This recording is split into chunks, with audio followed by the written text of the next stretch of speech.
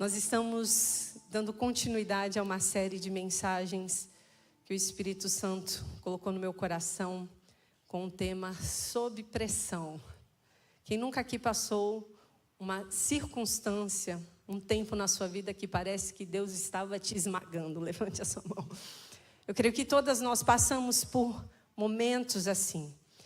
E eu tenho certeza que essa palavra é para esse tempo e é para todas nós que estamos aqui nessa noite.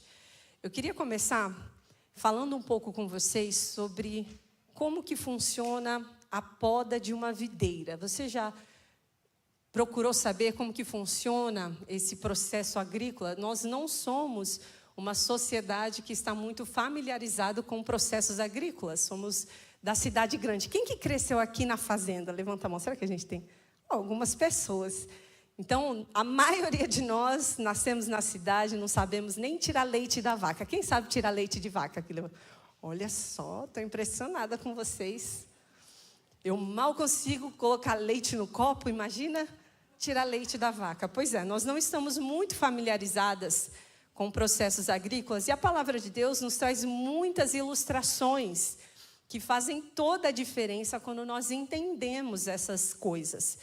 Então, eu quero falar com vocês sobre essa poda de uma videira. Então, como que funciona isso? Nós temos um caule principal dessa videira, um tronco principal, e esse tronco, ele tem os seus ramos. Estão imaginando aí? E esses ramos, eles dão frutos. Existem alguns ramos que vão produzir a uva, mas existirão alguns ramos que não produzirão frutos alguns, serão galhos secos. E como que funciona? O tronco principal é a fonte de energia e nutrientes para todos os ramos dessa videira, tanto os ramos que produzem frutos, quanto os ramos que estão secos, que não estão produzindo nada. Aí como que funciona? O agricultor, o dono da videira, ele vai atentamente observar cada ramo, e o que ele vai fazer? Começa o processo de cortar os ramos que não estão produzindo frutos. E por que ele faz isso? Porque o tronco principal, ele está trazendo nutrientes para todos os ramos. E ele pensa, eu vou cortar esses ramos que não estão produzindo frutos para realocar esses nutrientes para os ramos que estão produzindo frutos, para que então eles tenham mais nutrientes e possam produzir mais frutos. Faz sentido? Estão entendendo? Ok. Agora, os ramos secos que são cortados dessa videira, desse tronco principal, eles são jogados de lado, eles secam e eles são queimados. Agora, os ramos frutíferos, eles não são cortados, eles são podados. O instrumento é o mesmo, é a tesoura que vem, mas ele não vem para cortar aquele ramo, né, do tronco principal, mas ele vem para podar. Isso significa que eles vão sofrer, sim, esses cortes, mas não um corte da videira, e sim um corte das partes doentes ou inúteis daqueles galhos. Que mesmo os galhos, os ramos que estão produzindo frutos, tem algumas folhas ali desnecessárias, às vezes alguns galinhos que estão adoecidos, que podem contaminar o resto do galho. Então, o agricultor vai lá e ele corta todos esses galinhos desnecessários para que, então, mais uma vez, os nutrientes eles sejam realocados para o lugar onde vai se produzir frutos. Deu para entender o porquê que o agricultor ele faz essa poda? Tudo isso é para trazer um resultado final de uma videira forte com ramos frutíferos. O tema da mensagem de hoje é menos é mais. Você pode repetir comigo? Menos é mais. Você já ouviu essa expressão antes? Menos é mais. E nunca isso fez tanto sentido para mim enquanto eu lia esse texto. Minhas irmãs, a gente iniciou essa série, né, com esse tema sob pressão, e a gente meditou semana passada sobre o fato que Deus ele permite algumas pressões nas nossas vidas, não para nos matar, mas para tirar de nós a melhor essência, não é verdade? Mas hoje eu quero não falar apenas de pressões que Deus ele coloca sobre as nossas vidas, mas às vezes ele não somente nos pressiona, mas como ele tira, arranca coisas das nossas vidas, para que haja um crescimento maior. Abra sua Bíblia comigo em João 15. Eu vou ler do versículo 1 ao 8. O Evangelho de João, capítulo 15, do versículo 1 até o 8. Quantas estão preparadas para receber a palavra de Deus nessa noite, amém? Acharam aí? João 15, 1 ao 8, se você quiser acompanhar. E você ainda tem aquela visão maravilhosa que você consegue enxergar essas letrinhas. Amém? Você pode acompanhar ali no telão. E diz assim a palavra de Deus. João 15, 1 ao 8. Eu sou a videira verdadeira e o meu pai é o lavrador. Todo ramo que estando em mim não dá fruto, ele corta. Mas todo ramo que dá fruto, ele poda, para que produza ainda mais. Vocês já foram limpos pela mensagem que eu lhes dei. Permaneçam em mim e eu permanecerei em vocês. Pois assim como um ramo não pode produzir fruto se não estiver na videira, vocês também não poderão produzir frutos a menos que permaneçam em mim. Sim, eu sou a videira, vocês são os ramos. E quem permanece em mim e eu nele, produz muito fruto. Pois sem mim vocês não podem fazer coisa alguma. Quem não permanece em mim é jogado fora, como um ramo imprestável, e seca. E esses ramos são ajuntados num monte para serem queimados. Mas se vocês permanecerem em mim, e minhas palavras permanecerem em vocês, pedirão o que quiserem, e isso lhes será concedido. Quando vocês produzem muitos frutos, trazem grande glória ao meu Pai e demonstram que são meus discípulos de verdade. Amém? Em primeiro lugar, quem que está falando isso aqui em João? Jesus. Portanto, a videira é quem, minhas irmãs? É Jesus. Esse tronco principal, esse caule principal, da onde vem todo o nutriente que eu e você precisamos para sobreviver, vem do nosso Senhor. Existe vida sem Jesus? Não. A resposta é não. Aquele que não está conectado à videira, ele seca e ele morre e é lançado ao fogo. Nós precisamos de Jesus na nossa vida. Em segundo lugar, quem é esse agricultor? Ele mesmo responde no texto. O agricultor é o Deus Pai, que trabalha na nossa vida com essa tesoura. Deus Pai, Ele olha para essa videira que é Jesus e Ele olha para os ramos. E Ele vem com essa tesoura para cortar aquilo que está retirando de nossas vidas, aquilo que está sugando de nós essa energia, esses nutrientes, tirando essas áreas infrutíferas da nossa vida. Em terceiro lugar, eu e você somos os ramos. Podemos ser classificados em dois tipos de ramos. Quais são? Os ramos frutíferos e os ramos infrutíferos. Em quarto lugar, os frutos. Muitas vezes a gente pensa que fruto é uma coisa, mas vamos descobrir hoje que não é exatamente aquilo que pensamos.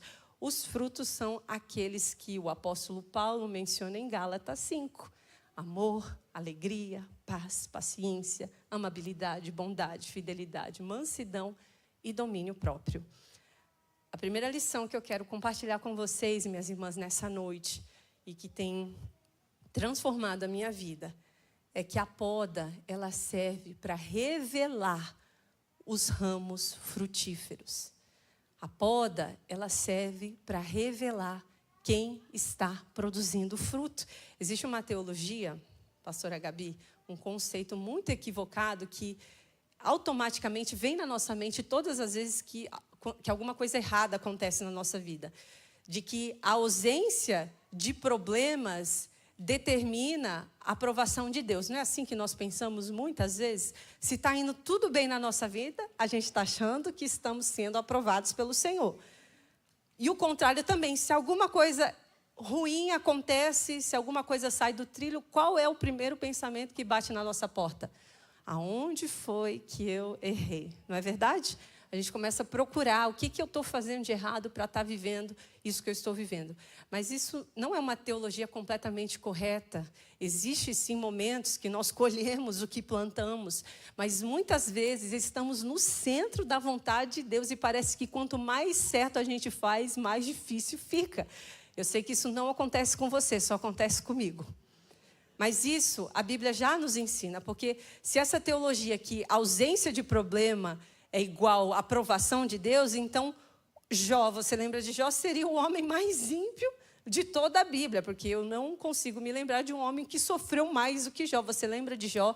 Jó, ele perdeu os filhos, perdeu o dinheiro, perdeu a saúde, perdeu o reconhecimento das pessoas, perdeu os amigos, perdeu tudo que tinha. Mas sabe o que a Bíblia fala sobre Jó? Em Jó capítulo 1, versículos 6 e 8, fala que certo dia os anjos vieram à presença do Senhor e Satanás, o acusador, veio com eles. De onde você vem? Perguntou o Senhor. Satanás respondeu: estive rodeando a terra, observando o que nela acontece. Então o Senhor perguntou: você reparou em meu servo Jó? Não há ninguém na terra como ele. É um homem íntegro e correto. Teme a Deus e se mantém afastado do mal. Ou seja, se essa nossa teologia tivesse correta de que a ausência de problemas é a aprovação de Deus, então isso está completamente com o oposto daquilo que estamos pensando. Porque Deus está dizendo, não é Satanás, não é um homem comum, é o próprio Senhor dizendo que Jó era um homem íntegro e correto, que não tinha ninguém na terra como ele. E ainda assim, ele viveu tudo aquilo que ele viveu. Ele foi escolhido por Deus porque ele estava fazendo o correto. E tudo que ele viveu, todas as perdas que Jó sofreu, não foram resultados da sua desobediência ou da sua negligência espiritual. Pelo contrário, foi Deus que trouxe Jó na conversa com Satanás, não foi Satanás. Foi o próprio Deus que trouxe Jó na conversa por causa da sua conduta íntegra. Então, a sua vida de santidade, quanto mais você se firma no centro da vontade de Deus, mais você chama a atenção de Deus. Será que é possível chamar a atenção de Deus? É possível chamar a atenção de Deus. Jó chamou a atenção de Deus. E porque ele era um homem bom, Deus permitiu com que ele fosse tentado por Satanás. Justamente por causa da sua fidelidade. Existe uma frase, eu não lembro quem escreveu essa frase, mas fala que Deus, ele confia a um servo fiel um sofrimento. Deus não confia sofrimento a qualquer um, mas ele confia sofrimento àqueles que ele sabe que permanecerão fiéis até o fim. Então, quando você olha para o problema na sua vida, você não deve pensar, Deus se esqueceu de mim, ou Deus está mais ocupado com outras coisas. Deus confiou em mim. Poderia ter escolhido tantas outras pessoas, mas ele confiou a mim esse sofrimento, porque ele sabe que eu vou permanecer até o fim. Isso não é lindo? Então pare. Talvez essa palavra seja para alguém aqui nessa noite. Pare de pensar que a dor que você está sentindo hoje, a dificuldade que você está vivendo, as lutas que você está enfrentando, é castigo de Deus. É Deus não se importando com você. É ataque do inimigo. É como se a gente acreditasse que Satanás é mais poderoso que Deus. Nossa, o diabo está me atacando, está fazendo essa confusão na minha vida e Deus está lá. Coitadinho, não pode fazer nada, não tem força para me ajudar. Isso não é o correto. Todas essas crenças, elas são equivocadas e elas vão te colocar num buraco de pressão. Você serve o quê? Um Deus poderoso, amém? Você serve um Deus não somente poderoso, mas um Deus todo-poderoso. Satanás é um cão na coleira de Deus. Ele só vai até onde Deus permite, minha irmã. Deus é o Senhor dos céus e da terra.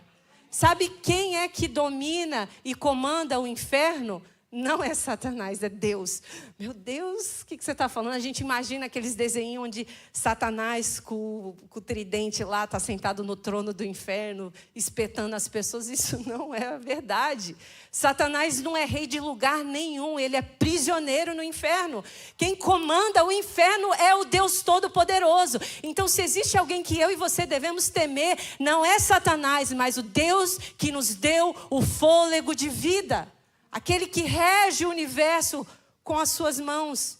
E é Ele que permite tudo que acontece nas nossas vidas. Mas Ele permite por um propósito. O papel do inimigo nessa história é o seguinte, não é te atormentar. O papel do inimigo é fazer você esquecer disso. É embaçar a sua visão, fazer você desacreditar que Deus ainda está no controle da sua vida e das circunstâncias. Ele quer o quê? Que você deixe de crer. É isso que Satanás quer fazer hoje na sua vida, através dessa situação que você está vivendo. Ele quer que você entregue os pontos, ele quer que você desista, ele quer que você perca a sua fé. É fazer você achar que você está sendo cortada. Mas eu quero te dizer, você não está sendo cortada, você está sendo podada. Deus, Ele vem sim com a sua tesoura, mas não para nos matar. As mãos que ferem são as mãos que curam. E tudo que Ele permite na minha vida e na sua vida é para o nosso crescimento. É para o nosso amadurecimento. Não dê espaço para o medo, para a insegurança, para as frustrações que as circunstâncias hoje estão tentando te intimidar. Olha só o que Jesus, ele fala sobre Pedro, Simão. Você lembra do discípulo Pedro, né? Em Lucas 22, versículo 31 ao 34. Não está no telão, mas você pode anotar a referência e depois você olha. Em Lucas 22, 31, fala assim, ó. Então o Senhor disse, Simão, Simão, Satanás pediu para peneirar cada um de vocês como trigo. Contudo, supliquei em oração por você, Simão. Para o quê? Que a sua fé não vacile. Portanto, quando tiver se arrependido e voltado para mim, fortaleça os seus irmãos. Pedro disse, Senhor, eu estou pronto para ir para a prisão e até morrer ao seu lado. Jesus, porém, respondeu, Pedro, eu vou lhe dizer uma coisa. Hoje, antes que o galo cante, você negará 3 vezes que me conhece. Vocês conhecem essa história, não é? Satanás, a função de Satanás é arrancar de nós tudo aquilo que Deus semeou. É isso que significa a peneira de Satanás. Perceba aqui que a Bíblia não diz que é a peneira de Deus. Eu estava meditando nesse texto e falando, peneira? Não, isso não é uma peneira de Deus, isso é a peneira de Satanás. A poda é de Deus, mas a peneira é de Satanás. E o que ele quer peneirar? Ele quer arrancar todas as sementes de palavras de vida que uma vez foram plantadas no seu coração, para que no dia da poda, para que no dia da aprovação você se esqueça de tudo isso e você recorra aos seus medos, às suas inseguranças, à força do seu próprio braço, à autossuficiência. Ele quer que você seja medrosa no dia da aprovação e se esqueça, Satanás está querendo tirar de você aquilo que foi plantado no seu coração. Pedro, no momento que ele mais precisava se lembrar das palavras de Jesus, Satanás tirou dele, separou dele as palavras de vida eterna. Não foi Pedro que disse para onde iremos, para quem iremos, só tu tens as palavras. E no momento que ele precisava se agarrar nas palavras de Cristo, ele permitiu com que Satanás roubasse do seu coração. E ali ele foi covarde. A aprovação é a oportunidade, minhas irmãs, que nós temos. Escute isso. As tribulações são oportunidades que você tem de não permitir que Satanás roube as sementes que Deus plantou em seu coração. Pedro achava que estava pronto, mas a realidade é que quando ele foi provado diante de uma situação difícil, ele mostrou que não estava. Ele perdeu a sua fé no momento que mais precisava. Negou Jesus por quê, minhas irmãs? Porque ele teve medo. Medo do que ia acontecer com ele, e se me prenderem, se quiserem me matar, e se quiserem fazer qualquer coisa comigo. E ali ele revelou que, na verdade, era um ramo infrutífero. Tinha a aparência de ramo, se alimentava do tronco, ouviu as palavras de Jesus por 3 anos, mas na hora de produzir fruto, falhou. Não é essa a diferença de Jó e Pedro? Jó, quando tudo lhe foi tirado, o medo sim bateu na porta de Jó, mas em meio à sua miséria, sabe o que Jó fez? Ele disse lá no versículo 21 do capítulo 1, no sair do ventre da minha mãe, Nu estarei quando partir. O Senhor me deu o que eu tinha, o Senhor tomou. Louvado seja o nome do Senhor. No capítulo 13, versículo 15 de Jó, ele chega até a falar: ainda que Deus me mate, Ele é a minha única esperança. O que Pedro fez quando foi testado? Lá em Lucas 22, 57. Mulher, eu não conheço esse homem, você está me confundindo. Ele teve medo, ele se acovardou, ele permitiu com que Satanás roubasse, peneirasse, tirasse as sementes de vida que Jesus havia plantado em seu coração. Minha querida irmã, o tempo da dificuldade é a poda de Deus que vai revelar quem são os ramos frutíferos e quem são aqueles que serão cortados e lançados ao fogo. Esse não é o momento de você parar. Não é o momento de você desanimar. Não é o momento de você se esquecer das palavras que foram plantadas no seu coração ao longo da sua trajetória. É o momento de você se levantar firme e permanecer nas palavras de Cristo. Não permita que Satanás roube as convicções que têm sido plantadas no seu coração a cada quinta-feira, a cada domingo, a cada devocional que você faz, a cada momento de oração que você tem. Não permita com que a intimidação das circunstâncias e das provações te roubem o mais precioso que você tem, que é a sua fé. Que são as palavras de vida que Ele tem derramado sobre você. Pare de deixar com que o inimigo ele tenha acesso ao seu coração. Que arranque de você a capacidade de crer que você serve um Deus que faz com que todas as coisas cooperem para o bem daqueles que o amam. Esse é o momento de você se levantar e continuar crendo que por mais que as circunstâncias demonstrem perdas, apresentem riscos, você serve um Deus que faz das suas perdas oportunidades para multiplicação e crescimento. Aquilo que Ele tira de você é para que você possa crescer, porque estava ocupando um espaço, sugando a sua energia que poderia ser realocada para outra área da sua vida. Pare de lutar com Deus, deixe Ele realizar a poda, porque Ele deseja te levar para um novo nível de espiritualidade, de fidelidade, de confiança, de maturidade. Chega de ficar no raso. Deus quer te levar para uma vida de profundidade com o Senhor, mas a profundidade ela não chega sem um custo. Você precisa deixar Deus cortar da sua vida aquilo que precisa ser cortado.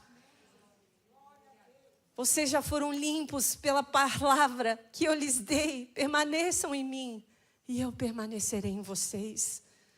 Pois assim como um ramo não pode produzir frutos se não estiver na videira, vocês não podem fazer nada.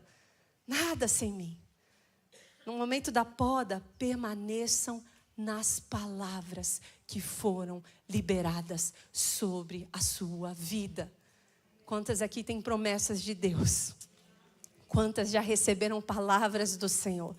Não é momento de você deixar o inimigo roubar essas palavras.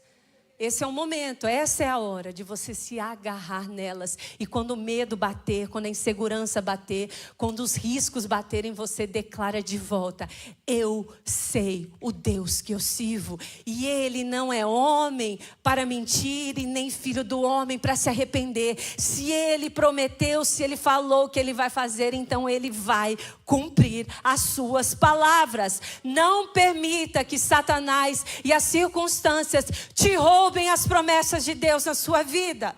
Você é um ramo frutífero em nome de Jesus. Nós aqui somos ramos conectados à videira. Ele é a nossa força, Ele é o nosso nutriente. Nós não vamos permitir com que Satanás brinque com os nossos corações.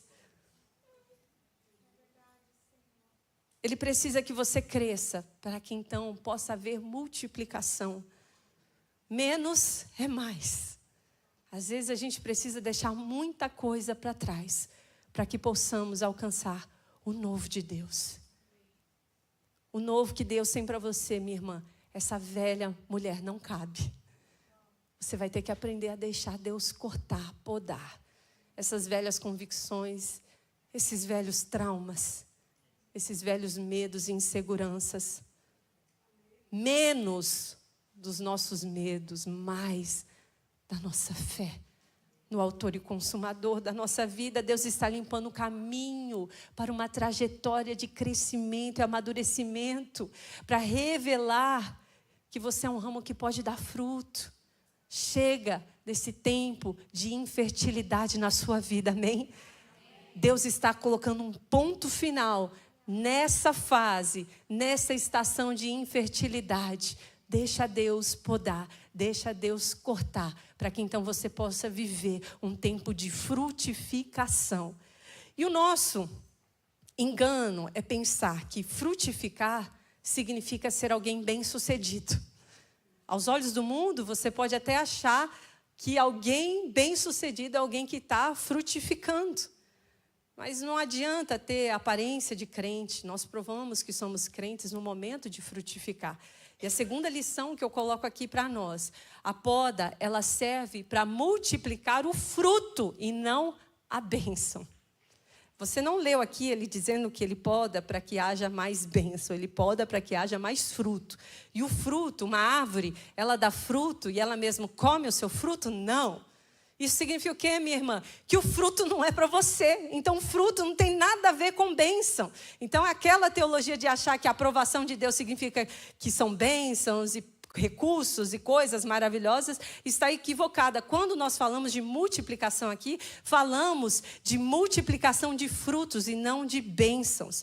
Tem muita gente por aí abençoada, desfrutando de recursos infindáveis, mas pobres de frutos, pobres de caráter.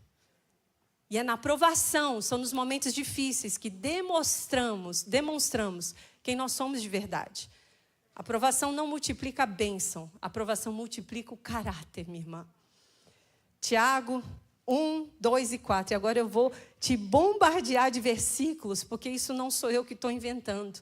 Tiago 1, 2 a 4. Meus irmãos, considerem motivo de grande alegria sempre que passarem por qualquer tipo de provação, pois sabem que a sua fé, quando provada, a perseverança então tem a oportunidade de crescer, e é necessário que ela cresça, pois quando estiver plenamente desenvolvida, vocês serão maduras e completas, sem que nada lhes falte. Tiago não está falando de multiplicação de bênção. Tiago está falando que você se alegra em meio às dificuldades, porque isso prova o seu caráter, te amadurece de dentro para fora. Mas não é só Tiago que fala isso, Paulo fala isso em Romanos 5, 3 a 5. Também nos alegramos ao enfrentar dificuldades e provações, pois sabemos que contribuem para o desenvolvimento da perseverança. E a perseverança produz um caráter aprovado, e o caráter aprovado fortalece a nossa esperança. E se essa esperança não nos decepcionará, pois sabemos o quanto Deus nos ama, e uma vez que Ele nos deu o seu Espírito Santo para nos encher o coração com seu amor. Em 2 Coríntios 4, 8 e 10, de todos os lados somos pressionadas por aflições, mas não esmagadas, ficamos perplexas,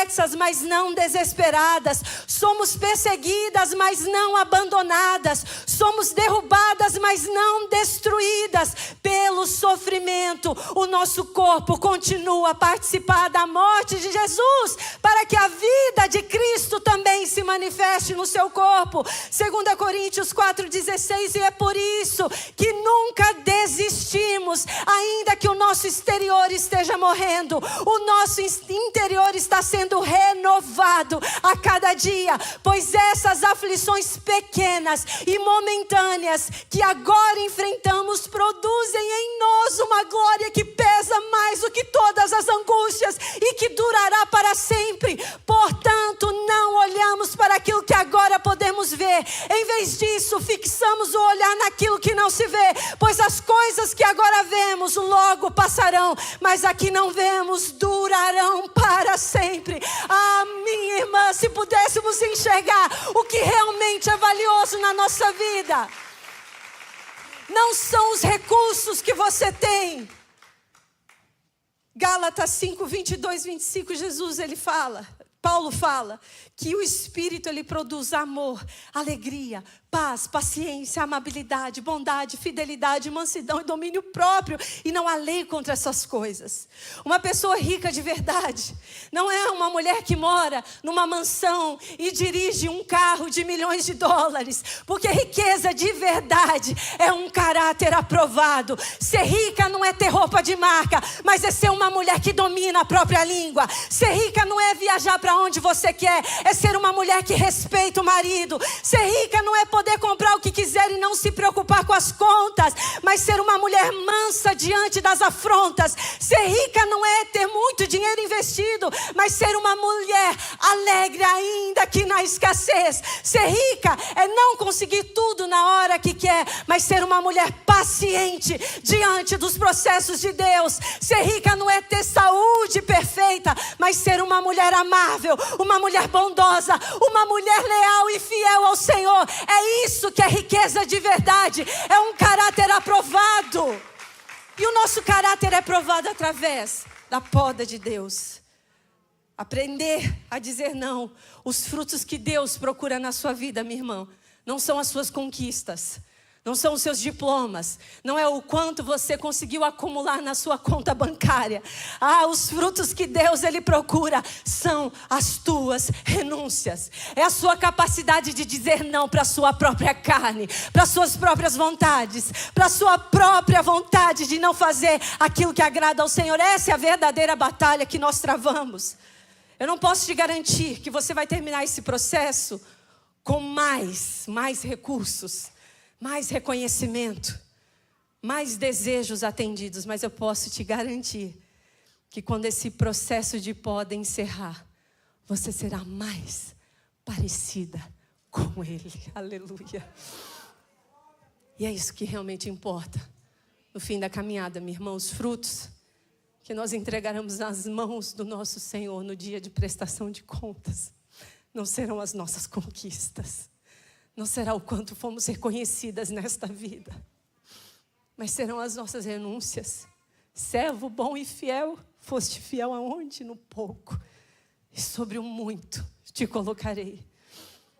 E para terminar, que conforto é saber que diante da dor da poda, da peneira de Satanás, nós não seremos deixadas sozinhas. Terceiro e último lugar, a poda, ela revela a graça de Deus. Esse texto de João 15 não é um texto fatalista, nos dizendo que aquele que não está dando fruto vai ser condenado ao inferno e não tem mais nada o que possa ser feito. Preste atenção no que ele diz no versículo 7 do 15 de João. Ele fala: mas se vocês permanecerem em mim. Mas se. E essa pequena palavra, se, faz toda a diferença nesse contexto. Se é uma proposição condicional. Não é nada fatalista, é condicional. Significa que nada ainda foi consumado. E que os ramos infrutíferos que serão lançados fora e queimados ainda têm a oportunidade de mudarem de posição. Se você, ramo infrutífero, decidir permanecer nas palavras de Cristo, ao invés de ser levada pelo medo, o cenário ele muda, minha irmã. Isso se chama graça. Graça, essa é uma boa notícia. Ainda dá tempo de mudar o seu destino. Ainda dá tempo de mudar de atitude. Ainda dá tempo de mudar o coração, de mudar de rota. Aquela que tinha medo hoje pode decidir confiar no Senhor. Jesus em João 15, ele não tinha a intenção de te condenar ao inferno, mas de te convidar à graça. Se hoje vocês decidirem permanecerem em minhas palavras, o seu amanhã pode ser diferente. Pedro errou, mas Jesus intercedeu por ele. Nós temos a quem recorrer nos momentos de fraqueza. E Jesus, ele permitiu que Pedro fosse tentado, peneirado por Satanás. Mas nesse mesmo texto, Jesus intercede por ele. E fala que haveria um retorno, haveria uma verdadeira conversão. Contudo, supliquei em oração por você, Simão, para que a sua fé não vacile. Portanto, quando tiver se arrependido e voltado para mim, você será usado para fortalecer os seus irmãos. Pedro se revelou naquele momento um ramo infrutífero, mas Cristo resgatou. Pedro foi restaurado. Jesus, ele foi até a praia depois de ressuscitado. Para quê, minhas irmãs? Para restaurar o chamado de Pedro mais uma vez, para transformar aquele ramo infrutífero mais uma vez em um ramo frutífero. Deus te chama quantas vezes forem necessárias. Pedro se tornou um ramo frutífero, muito frutífero. Aquele medroso que negou a Jesus diante daquelas mulheres que nem eram ninguém, se levantou ousadamente e pregou diante de uma multidão que tinha o poder de linchá-lo. Você vê isso em Atos. Aquele Pedro que negou Jesus por medo de morrer, sabe o que? Morreu por Jesus. Pedro foi crucificado de ponta cabeça por pregar a Cristo ressuscitado.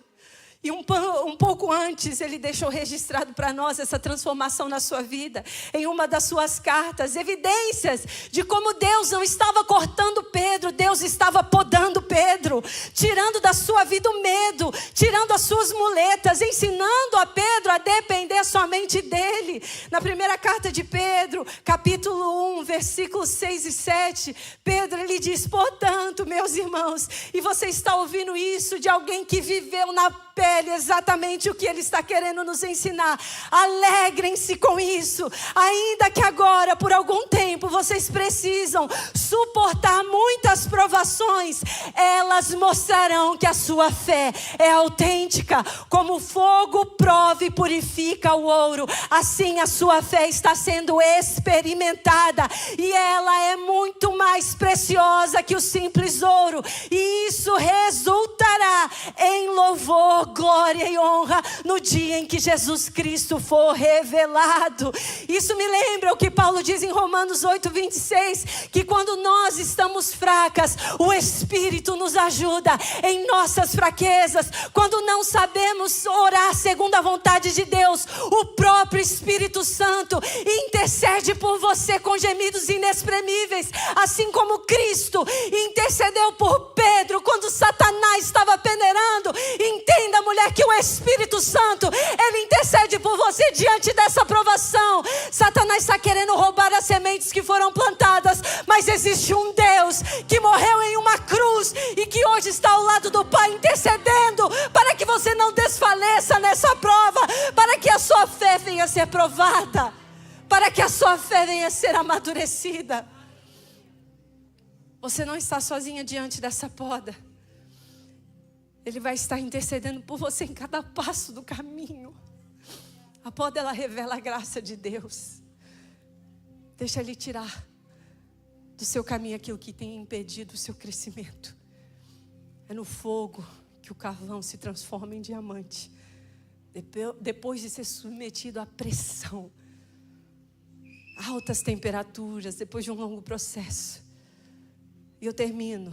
Você pode ficar de pé nesse momento, profetizando e declarando sobre as nossas vidas nessa noite. Menos é mais, porque Deus, ele está querendo nos levar para um nível de maior intimidade, de maior fé. Não é em vão aquilo que você está vivendo. Salmo 1, versículo 3 diz: você será como árvore plantada à margem do rio, e que dará fruto no tempo certo. As suas folhas nunca murcharão, e você prosperará em tudo que faz. Senhor, eu declaro